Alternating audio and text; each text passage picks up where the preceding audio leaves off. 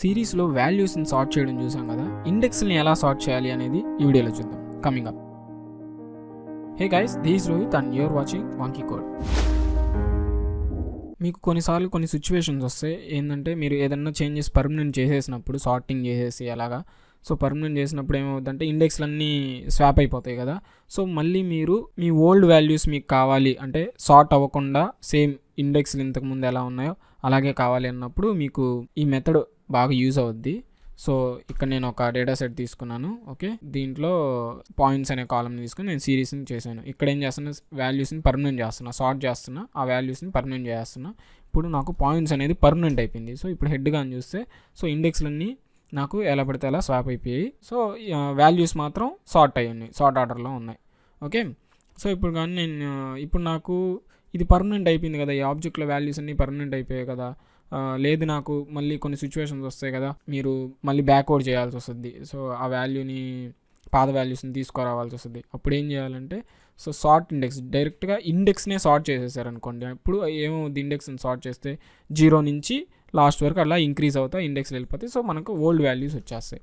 So చూడండి, ఇప్పుడు 0 నుంచి అలా ఇంక్రీజ్ అవుతా ఫస్ట్ 5 rows, ఈ లాస్ట్ 5 rows. సో ఇలాగా మనకి ఇండెక్స్ బేస్డ్ సార్టింగ్ అనేది చేసుకోవచ్చు.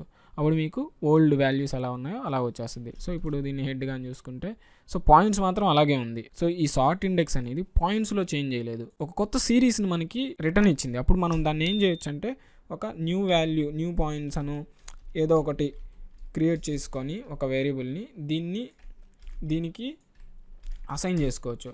అసైన్ చేసుకుంటే ఏమవుతుందంటే మనం ఈ న్యూ పాయింట్స్ని మనం ఎక్కడైనా యూజ్ చేసుకోవచ్చు. ఓకే, ఇది ఇంకా దీంట్లో పర్మనెంట్ అయిపోద్ది ఈ న్యూ వాల్యూస్.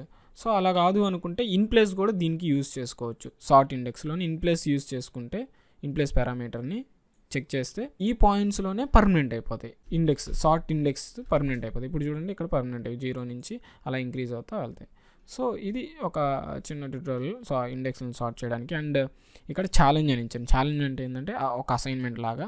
సో నేను ఏదో టీచరు, మీరు స్టూడెంట్స్ అలా ఉంటుందని చెప్పి నేను అసైన్మెంట్ అని పెట్టలేదు, ఛాలెంజ్ అని పెట్టాను. సో ఛాలెంజ్ అనేది ఎవరికైనా ఒకటే, నాకైనా ఛాలెంజ్ ఒకటే. సో నాకు ఛాలెంజెస్ ఉంటాయి కదా. ఇక్కడ నేను ఏం చెప్పానంటే ఒక స్ట్రింగ్ కాలం తీసుకుని, నేను ఇక్కడ ఒక ఇంటీజర్ కాలం తీసుకున్నాను. ఓకే, సో మీకు ఇదే డేటా సెట్లో basketball.csv డేటా సెట్లో ప్లేయర్ నేమ్స్ కానీ ప్లేయర్ అని ఉంటుంది. సో దాంట్లో స్ట్రింగ్ డేటా ఉంటుంది. సో ఏదో ఒక మీకు ఇష్టం వచ్చిన కాలంని, స్ట్రింగ్ కాలంని తీసుకొని దాన్ని డిక్రీజింగ్ ఆర్డర్లో, ఇంక్రీజింగ్ ఆర్డర్లో రెండిట్లో చేంజెస్ చేయండి. సో సార్టింగ్ చేయండి. సార్టింగ్ చేసిన తర్వాత మీకు అసలు సార్ట్ అవుతుందో లేదా, స్ట్రింగ్ కాలం సార్ట్ అవుతుందా లేదా అది చూడండి. సో సార్ట్ అయితే, ఇన్ కేస్ సార్ట్ అయితే నాకు మీ అవుట్పుట్ని, నాకు ఫస్ట్ 10 rows అవుట్పుట్ని నాకు కమెంట్ చేయండి. ఓకే, సో నేను చూస్తాను. So that's very much it guys. And so ఇంకా ఎక్కువ సార్ట్ ఇండెక్స్ గురించి తెలుసుకోవాలంటే ఇక్కడ లింక్ ఇచ్చాను, సో ఎక్స్ప్లోర్ చేయండి. Thank you guys for watching this video and I will see you in the next video.